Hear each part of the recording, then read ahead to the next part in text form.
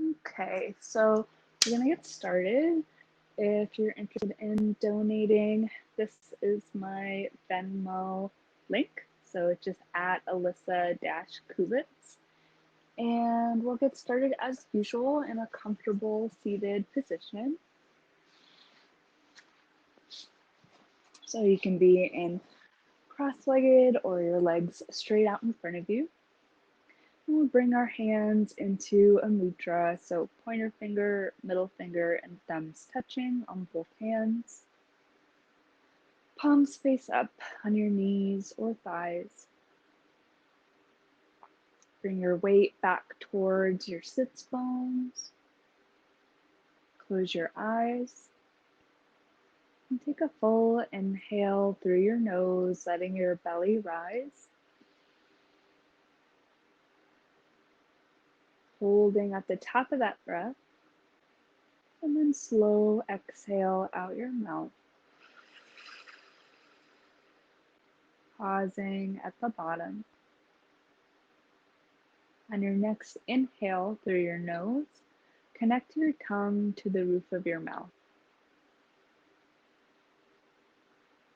Slow breath. And when you exhale, relax your tongue and breathe out your mouth. And this breathing will help to quiet your mind, kind of soften any busyness, any tension in between your eyebrows. And just focus on that breath as you start to allow your day, any thoughts to drift away and come back to your body in this moment.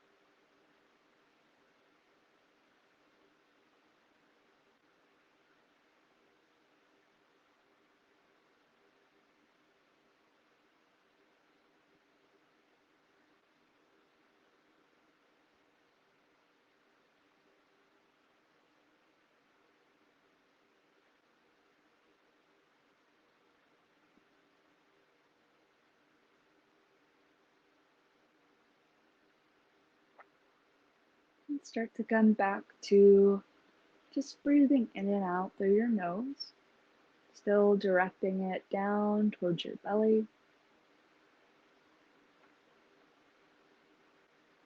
And ask yourself what it is you need in this moment, what it is you would like to cultivate through your practice today.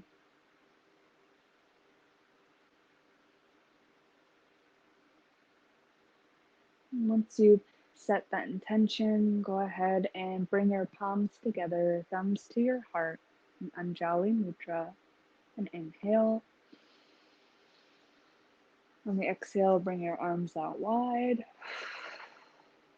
Inhale, reach your arms up overhead, hook your thumbs. Little back bend here, open through your throat, your heart, your chest, shoulders.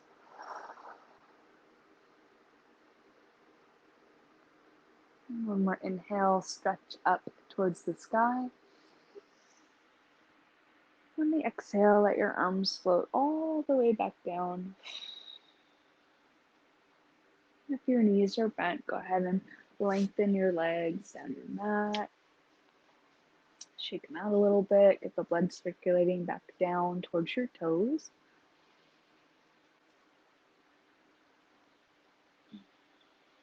And so the first posture we're going to go into is just a gentle forward fold, starting to stretch all through the backside of your body. You're welcome to use a pillow or a blanket or any props you may have. Personally, I love a bolster. And then start with bringing your chin towards your chest.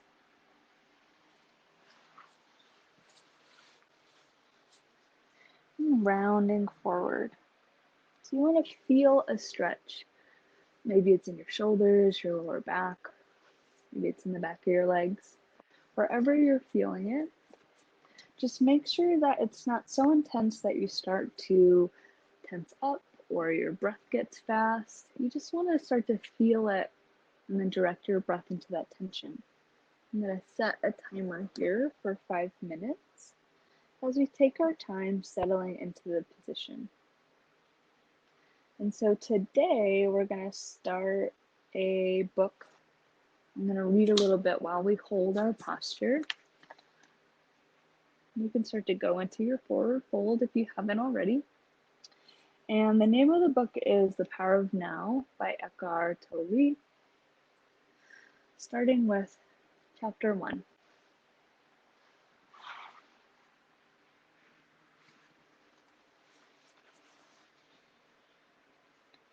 Chapter 1. You are not your mind. The greatest obstacle to enlightenment. Enlightenment? What is that? A beggar had been sitting by the side of a road for over 30 years. One day a stranger walked by. "Spare some change," mumbled the beggar, mechanically holding out his old baseball cap. "I have nothing to give you," said the stranger. Then he asked, "What's that you're sitting on?" "Nothing," replied the beggar, "just an old box. I've been sitting on it for as long as I can remember." "Ever looked inside?" asked the stranger. "No," said the beggar. "What's the point? There's nothing in there." "Have a look inside," insisted the stranger. The beggar managed to pry open the lid. With astonishment, disbelief, and elation, he saw that the box was filled with gold. "I am that stranger who has nothing to give you and who is telling you to look inside. Not inside any box, as in the parable, but somewhere even closer, inside yourself." "But I am not a beggar," I can hear you say. Those who have not found their true wealth, which is the radiant joy of being and the deep, unshakable peace that comes with it, are beggars, even if they have great material wealth. They are looking outside for scraps of pleasure or fulfillment, or for validation, security, or love, while they have a treasure within that not only includes all those things, but is infinitely greater than anything the world can offer. The word enlightenment conjures up the idea of some superhuman accomplishment, and the ego likes to keep it that way. But it is simply your natural state of felt oneness with being. It is a state of connectedness with something immeasurable and indestructible, something that almost paradoxically is essentially you, and yet much greater than you. It is finding your true nature beyond name and form. The inability to feel this connectedness gives rise to the illusion of separation from yourself and from the world around you.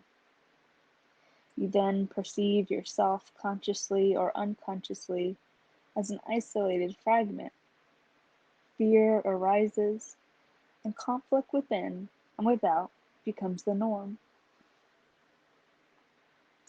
I love the Buddha's simple definition of enlightenment as the end of suffering. There is nothing superhuman in that, is there? Of course, as a definition, it is incomplete. It only tells you what enlightenment is not. No suffering. But what's left when there is no suffering? The Buddha is silent on that, and his silence implies that you'll have to find out for yourself. He uses a negative definition so that the mind cannot make it into something to believe in or not. or into a superhuman accomplishment, a goal that is impossible for you to attain. Despite his precaution, the majority of Buddhists still believe that enlightenment is for the Buddha, not for them. At least, not in this lifetime. You used to love the word being. Can you explain what you mean by that? Being is the eternal, ever-present, one life, beyond the myriad of forms of life that are subject to birth and death. And we'll pause there and gently start to round back up. Once you're upright, start to just move intuitively, helping to release any tension you may be feeling. Holding that posture. Feel free to take water whenever you need it.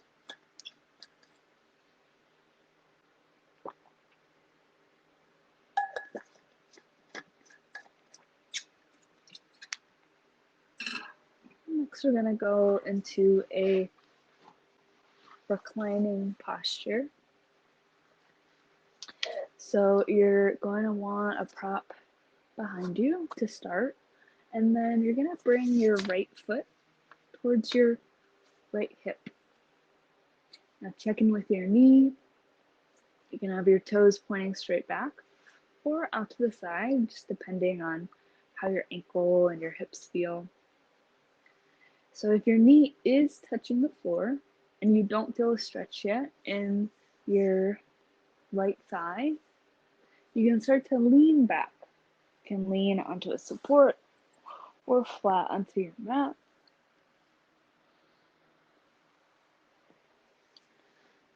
And take your posture from there. If your knee lifts up or it doesn't feel right for your knee or ankle, another option is to instead lie on your belly. And then using your hand or strap, you can pull that foot towards your backside. So again, whenever you're ready, start to deepen into your posture. Start the timer here. And we're just going to lie in silence, setting the intention to allow any information that's for our highest good and harm to none to be absorbed into our subconscious, our mind, whatever makes sense to you, and then just letting it go and coming back to our breath and our body, back to stillness.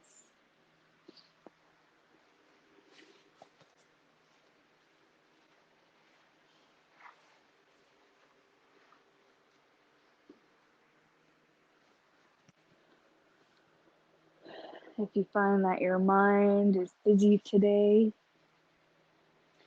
you can come back to that breathing practice we did at the beginning. So inhaling through your nose, touching your tongue to the roof of your mouth, and then relaxing your tongue and exhaling out your mouth. No matter what you do, try to keep your breath as slow and as steady as possible.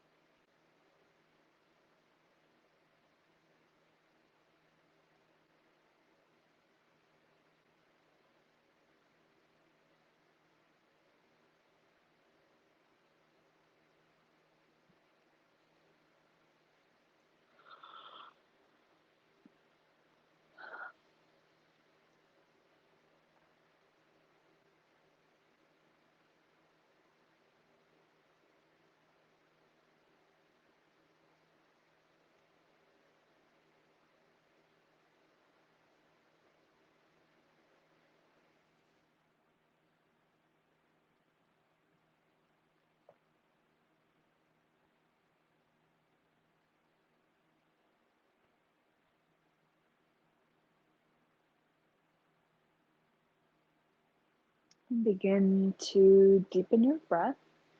Press your way up and out. Maybe shake your legs out. Make sure to fold forward a little bit since you've been rounding back.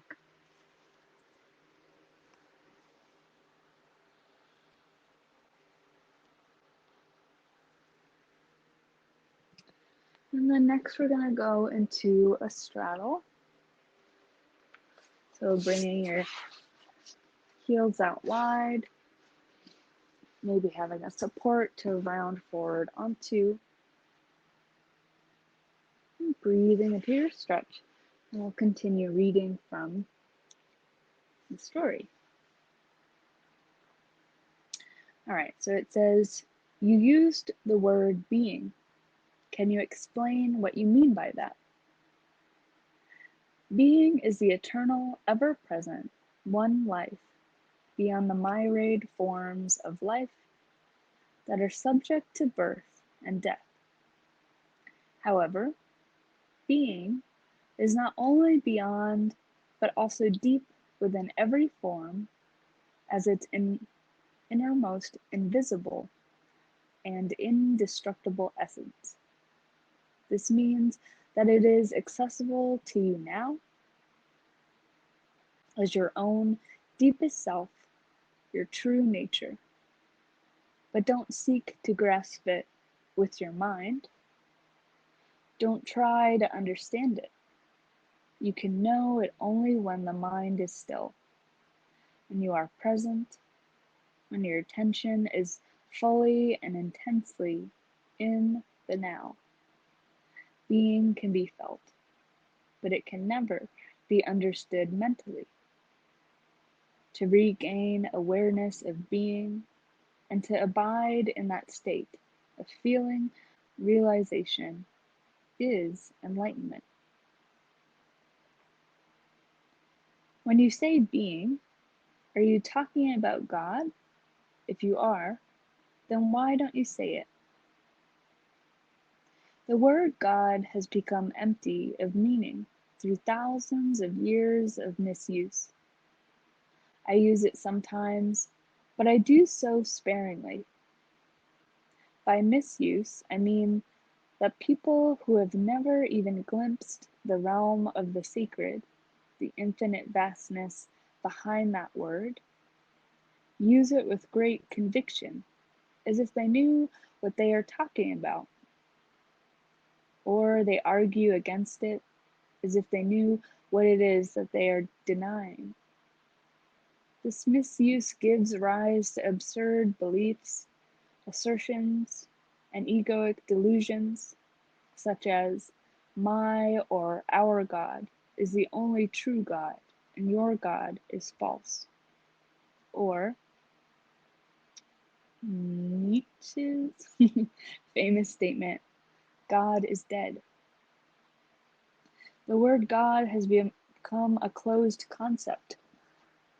The moment the word is uttered, a mental image is created, no longer, perhaps, of an old man with a white beard, but still a mental representation of someone or something outside you, and yes, almost inevitably, a male someone or something. Neither God nor being nor any other word can define or explain the ineffable reality behind the word. So the only important question is whether the word is a help or a hindrance, and enabling you to experience that towards which it points. Does it point beyond itself to that transcendental reality, or does it lend itself too easily to becoming no more than an idea in your head that you believe in, a mental idol? The word being explains nothing, but nor does God. Being, however, has the advantage that it is an open concept. It does not reduce the infinite, invisible, to a finite entity. It is impossible to form a mental image of it. Nobody can claim exclusive possession of being. It is your very essence, and it is immediately accessible to you as the feeling of your own presence, the realization, I am, that is prior to I am this, or I am that. So it is only a small step from the word being to the experience of being.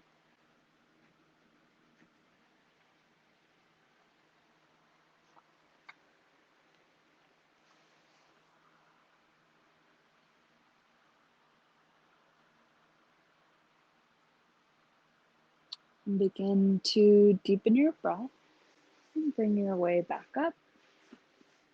Move any props you have off to the side. Bring your hands back behind you. Bend your knees and windshield wiper your knees back and forth.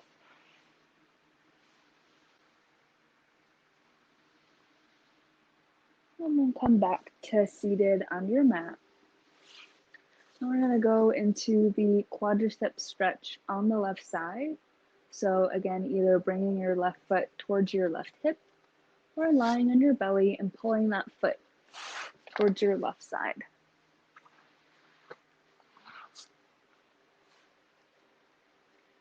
And we'll start the timer once more.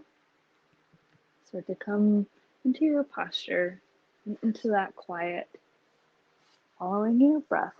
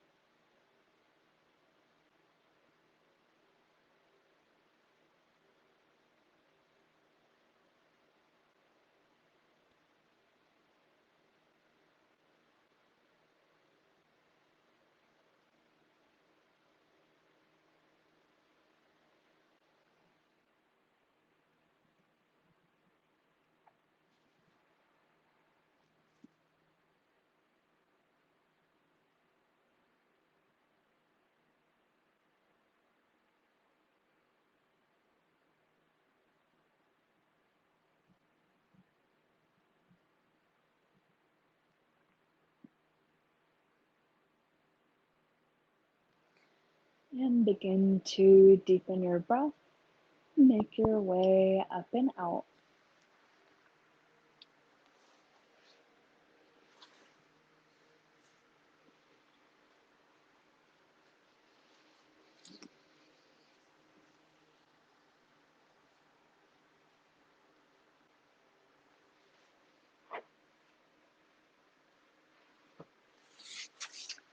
And then for our next posture, we're going to go into a side stretch.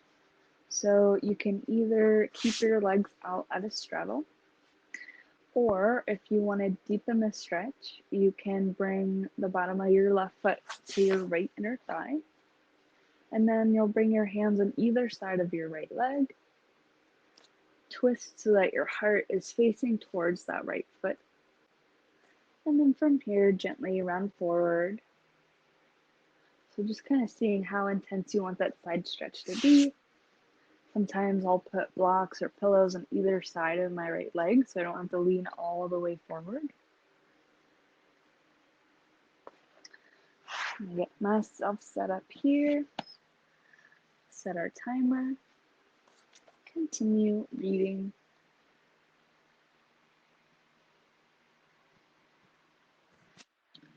What is the greatest obstacle to experiencing this reality? Identification with your mind, which causes thought to become compulsive. Not to be able to stop thinking is a dreadful affliction. But we don't realize this because almost everybody is suffering from it. So it is considered normal. This incessant mental noise prevents you from finding that realm of inner stillness that is inseparable from being. It also creates a false, mind-made self that casts a shadow of fear and suffering. We will look at all of that in more detail later. The philosopher Descartes believed that he had found the most fundamental truth when he made his famous statement, "I think, therefore I am." He had, in fact, given expression to the most basic error, to equate thinking with being and identity with thinking. The compulsive thinker, which means almost everyone, lives in a state of apparent separateness in an insanely complex world of continuous problems and conflict, a world that reflects the ever-increasing fragmentation of the mind.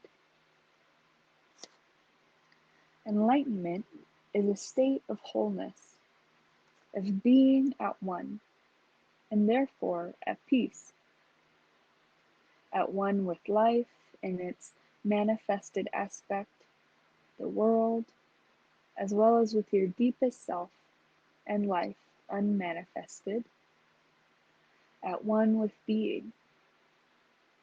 Enlightenment is not only the end of suffering and of continuous conflict within and without, but also the end of dreadful enslavement to incessant thinking. What an incredible liberation this is!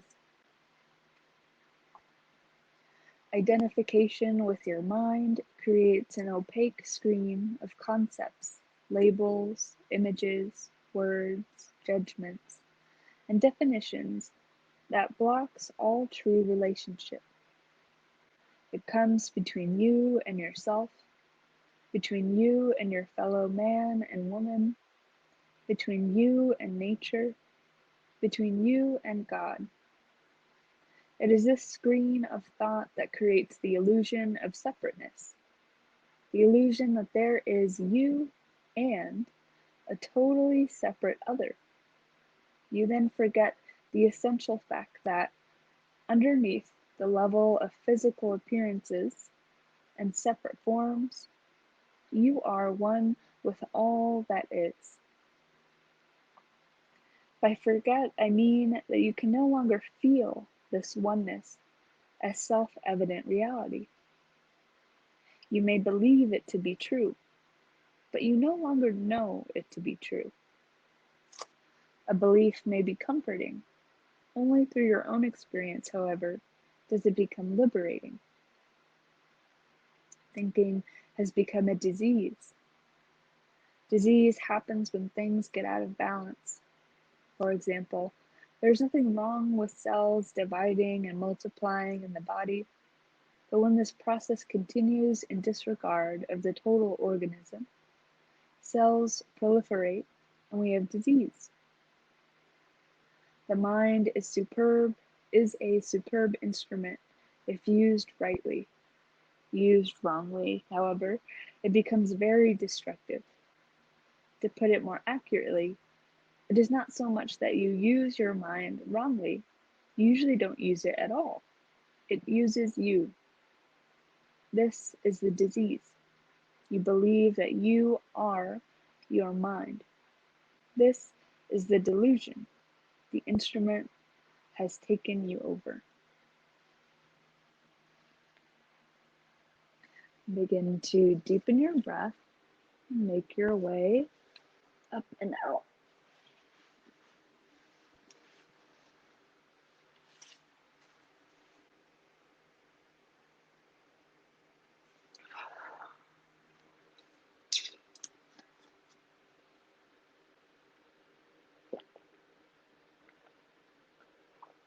All right.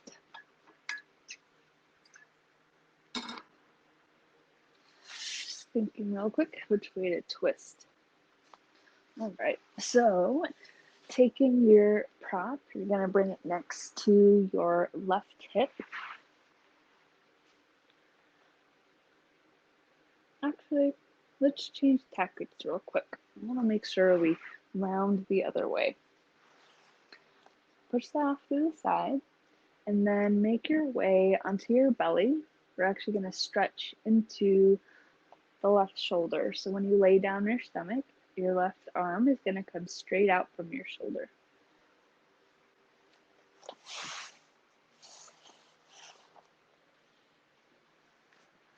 Once you're lying down, bring your left cheek to your mat, your right hand onto the floor, and then start to roll towards that left shoulder. Make sure it doesn't slide down towards your lower back. Try to let your head be a natural extension from your spine.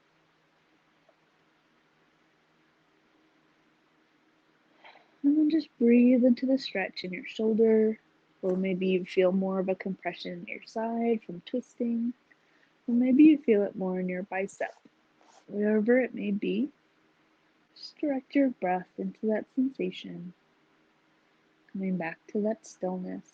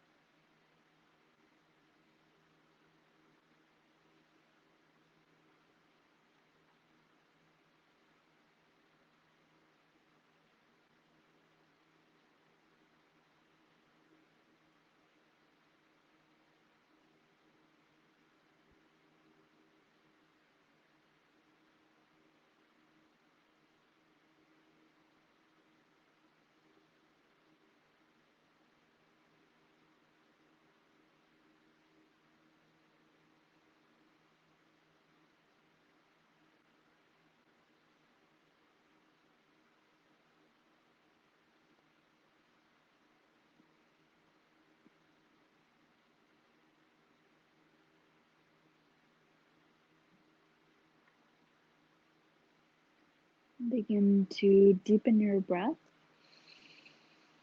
And on an exhale, roll back onto your belly. Turn your head to the other cheek. And relax your arms down by your sides.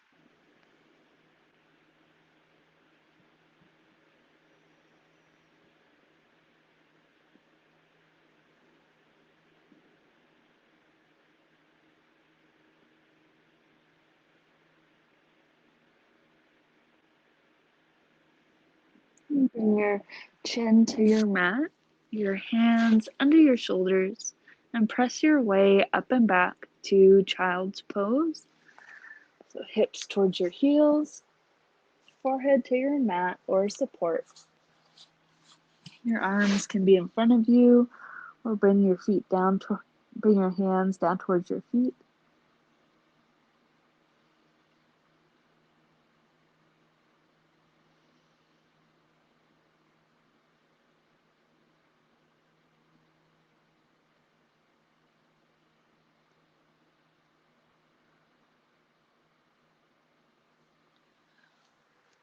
And then make your way back to seated.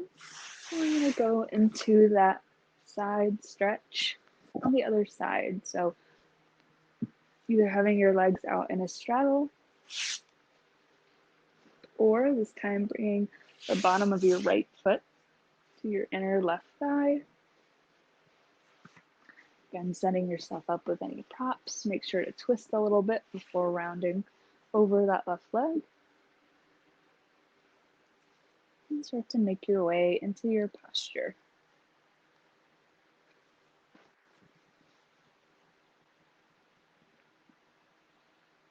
All right, so where we left off was the instrument has taken you over. So your mind. I don't quite agree. It is true that I do a lot of aimless thinking, like most people, but I can still choose to use my mind to get and accomplish things, and I do that all the time. His response: just because you can solve a crossword puzzle or build an atomic bomb doesn't mean that you use your mind. Just as dogs love to chew bones, the mind loves to get its teeth into problems. That's why it does crossword puzzles and builds atom bombs. You have no interest in either. Let me ask you this: can you be free of your mind whenever you want to? Have you found the off button? You mean stop thinking altogether? No, I can't, except maybe for a moment or two. Then the mind is using you. You are unconsciously identified with it, so you don't even know that you are its slave. It's almost as if you were possessed without knowing it, and so you take the possessing entity to be yourself. The beginning of freedom is the realization that you are not the possessing entity, the thinker. Knowing this enables you to observe the entity. The moment you start watching the thinker, a higher level of consciousness becomes activated. You then begin to realize that there is a vast realm of intelligence beyond thought. That thought is only a tiny aspect of that intelligence. You also realize that all the things that truly matter, beauty, love, creativity, joy, inner peace, arise from beyond the mind. You begin to awaken, freeing yourself from your mind. What exactly do you mean by watching the thinker? When someone goes to the doctor and says, I hear a voice in my head, he or she will most likely be sent to a psychiatrist. The fact is that, in a very similar way, virtually everyone hears a voice, or several voices, in their head all the time. the involuntary thought process that you don't realize you have the power to stop. Continuous monologues or dialogues. You've probably come across mad people in the street, incessantly talking or muttering to themselves. Well, that's not much different from what you and all other normal people do, except that you don't do it out loud. The voice comments, speculates, judges, compares, complains, likes, dislikes, and so on. The voice isn't necessarily relevant to the situation you find yourself in at the time. It may be reviving the recent or distant past, or rehearsing or imagining possible future situations. Here, it often imagines things going wrong and negative outcomes. This is called worry. Sometimes this soundtrack is accompanied by visual images or mental movies. Even if the voice is relevant to the situation at hand, it will interrupt it in terms of the past. It will interpret in terms of the past.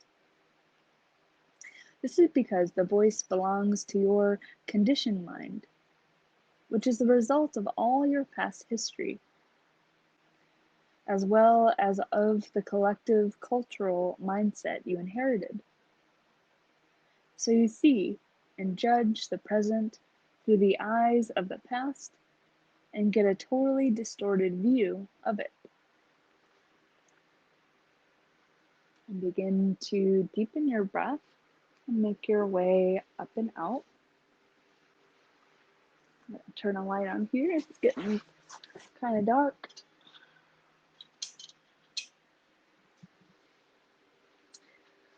And again, do any movements you may need. And then we're going to go into the shoulder stretch on the other side. So last time we did the right shoulder, so this time we'll do the right. We did the left shoulder and we'll do the right this time.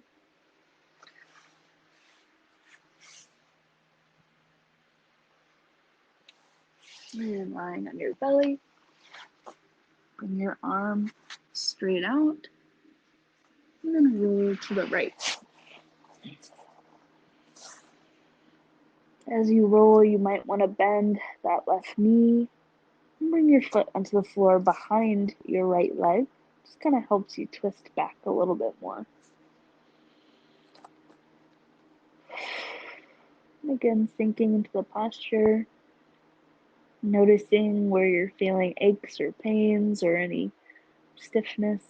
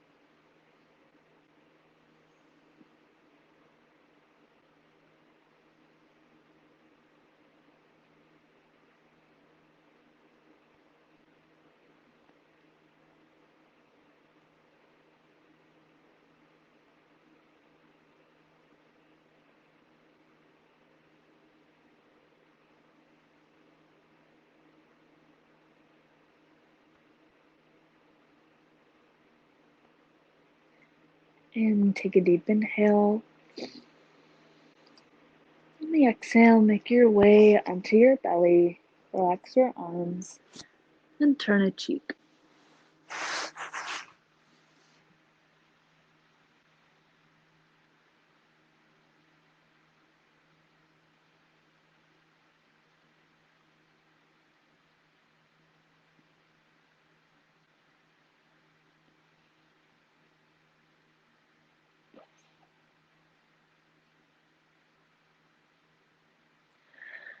And then bring your chin to your mat. And press your way up and back to child's pose.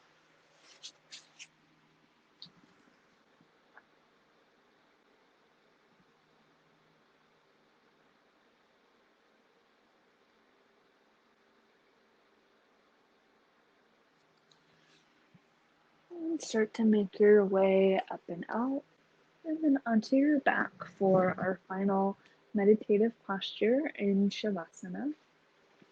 So traditionally, you're flat on your back, but you're welcome to use any props you may like. Sometimes I like to have a pillow or a blanket.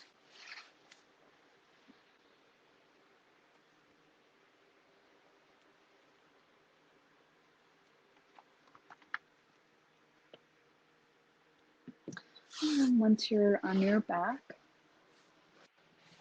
go ahead and close your eyes. Take a deep inhale through your nose, pausing at the top of that breath. And then exhale out your mouth and allow your body to sink down into the earth.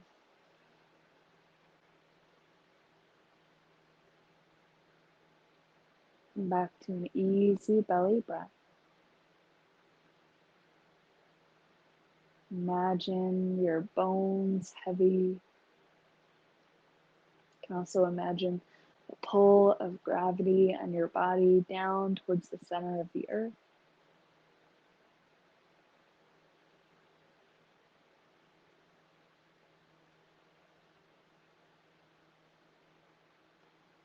And just follow your breath. Notice your thoughts and let them go.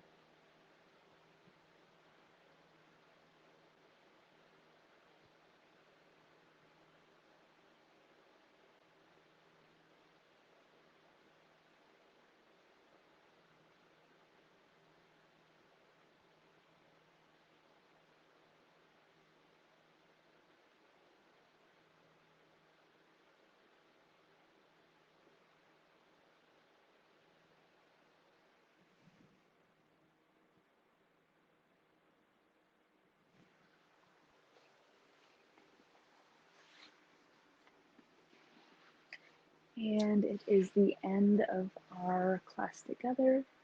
Thank you so much for being here, and I hope you have time to stay in your meditation for a little bit longer. Just let it go for as long as feels right to you. The light in you recognizes the light in you. Namaste.